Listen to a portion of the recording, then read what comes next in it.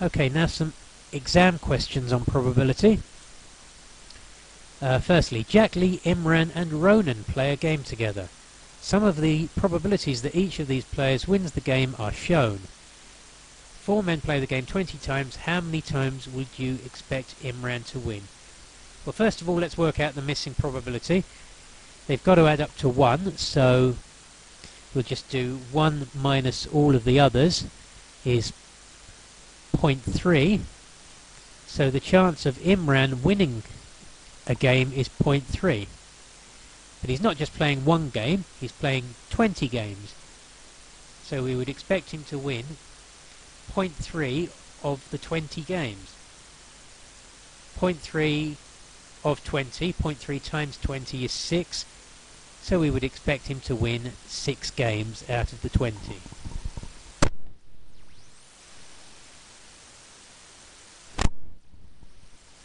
Okay, this one's a bit small, difficult to read. It says, a 5-sided spinner is labelled A, B, C, D and E. The spinner is biased. That means it's not a fair spinner. It's more likely to land on certain things than certain other things.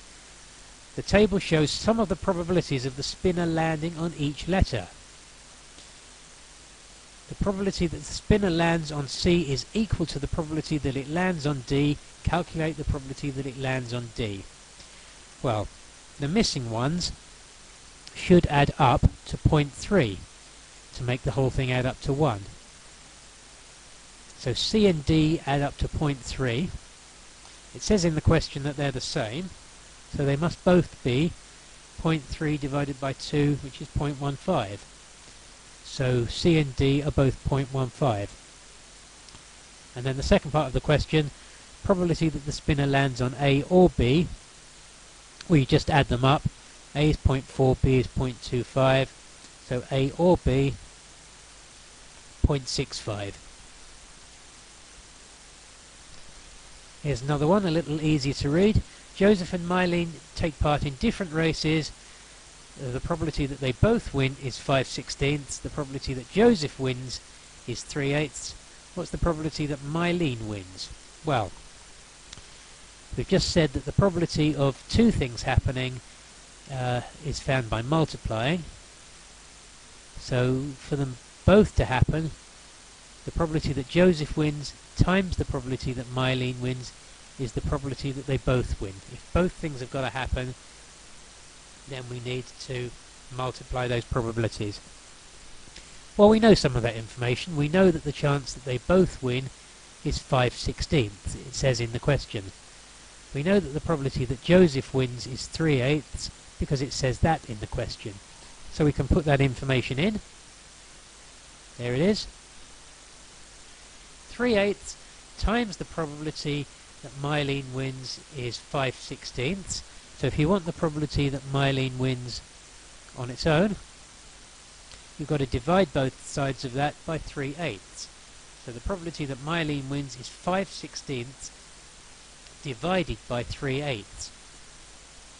Well, if you remember, if you're dividing by fractions, the rule is to change the divide to a multiply and flip the second fraction over.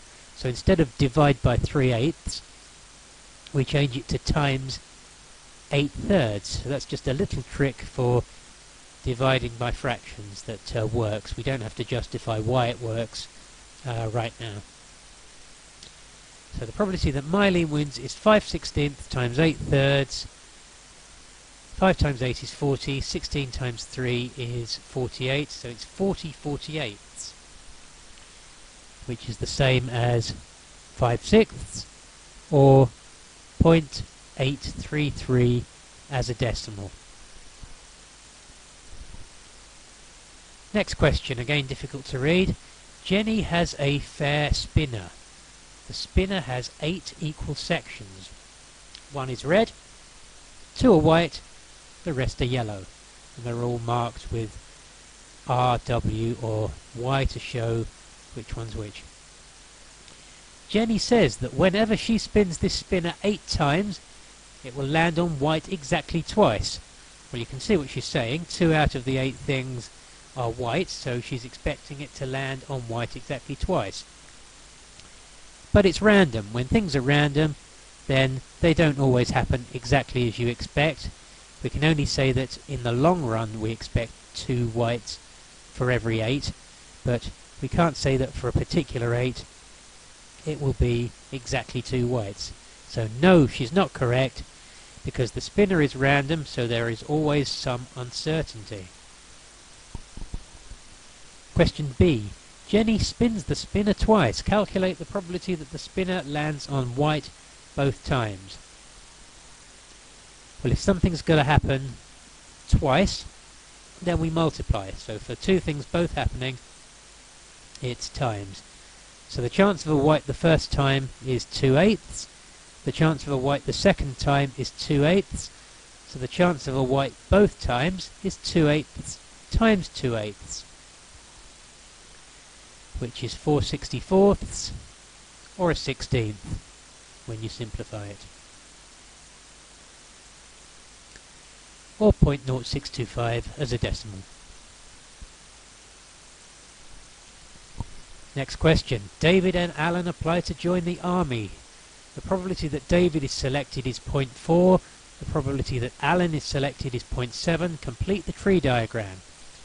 So at the first level of the tree diagram you've got David. He's either selected with a probability of 0.4 or not selected with a probability of 0.6, because they've got to add up to 1.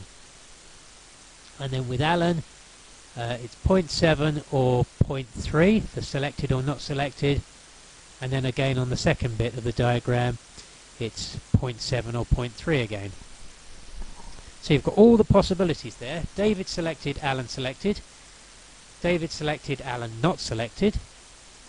David not selected, Alan selected. David not selected, Alan not selected. Calculate the probability that at least one of them is selected. Question B. Well, if at least one of them is selected, that can mean that one of them's selected or both of them are selected, because it says at least.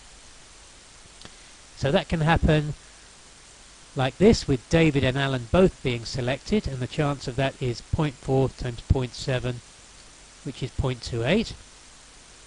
Or it can happen this way, with David selected, Alan not selected.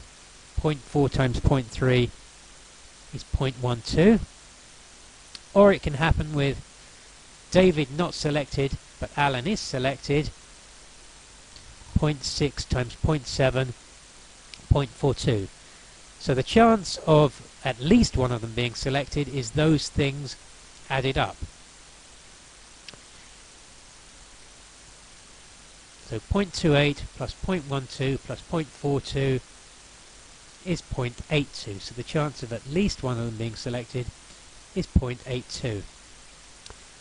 There's actually another way to look at this. You know that all of the numbers in the tree diagram have got to add up to 1.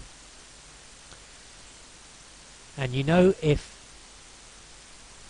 you don't get at least one of them selected, then what must have happened is that none of them has been selected.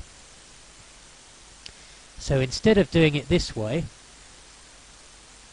you can do it this way.